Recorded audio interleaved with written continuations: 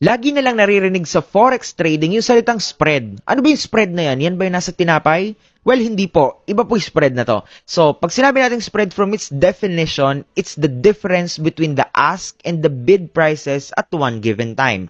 Ibig sabihin po, ito yung difference ng buying price sa selling price. For example, meron tayo ditong GBP USD at ang bid price niya or kapag magsisell ka, 1.3976. Pero kapag binay mo naman siya, that is 1.3979.